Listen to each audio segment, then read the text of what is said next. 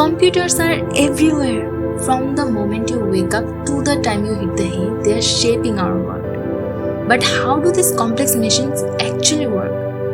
The answer lies in three fundamental concepts: binary, algorithms, and computation. Let's start with binary. It's the simplest language a computer understands. On or off, 1 or 0. Every piece of digital information from your favorite song to this video is broken down into these tiny bits. It's like building an entire universe with just 2 bricks. Now, how do we tell computers what to do? That's where algorithm comes in. Think of them as a recipe for problem solving. They are step-by-step instructions that guide computers through tasks, from finding the best road to your destination to recommending your next favorite show.